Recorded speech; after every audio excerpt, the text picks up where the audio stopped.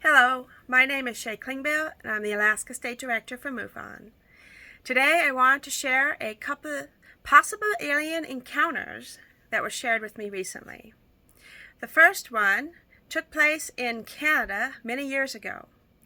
The witness had taken her son to the planetarium, and as they were leaving, a different-looking figure was walking out ahead of them.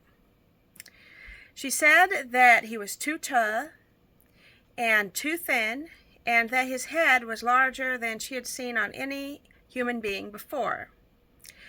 She was very intrigued by him, and he happened to be wearing a trench coat and hat. They followed him out through the parking lot as they walked towards their car, and he came to the end of the parking lot where there were some trees and shrubbery, and just kind of vanished, like he just wasn't there anymore. So she was deeply amazed by this experience, and she said she felt no fear at all. The second encounter took place down in Mexico a few years ago. So this witness was in the grocery store, and you know how you are in the grocery store. You may be situationally aware, but you're also concentrating on your list. And if you're like me, you may have left that list on the kitchen counter at home, so now you're running off your brain. She reaches for some cereal at the exact same moment another individual does. At first, there was nothing unusual about this encounter, but she happened to look down at his hand.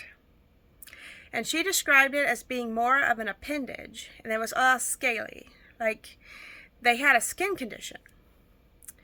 So she glances up at this individual's face, and she said her first thought was that it was male, and also that it wasn't human.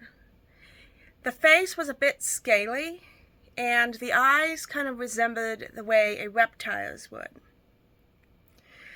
She was instantly filled with both fascination and a bit of fear.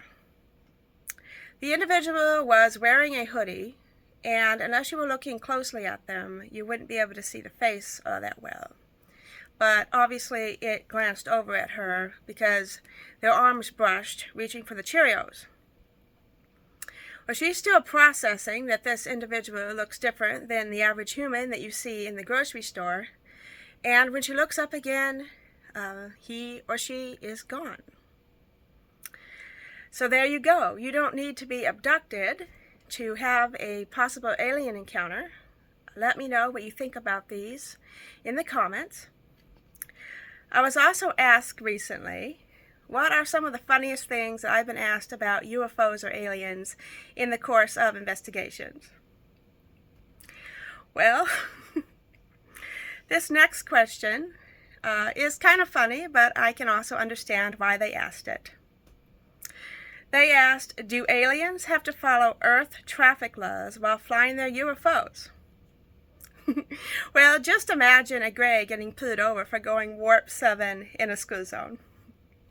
And perhaps they should follow our laws a little more, since they appear to be crashing fairly often down here on Earth.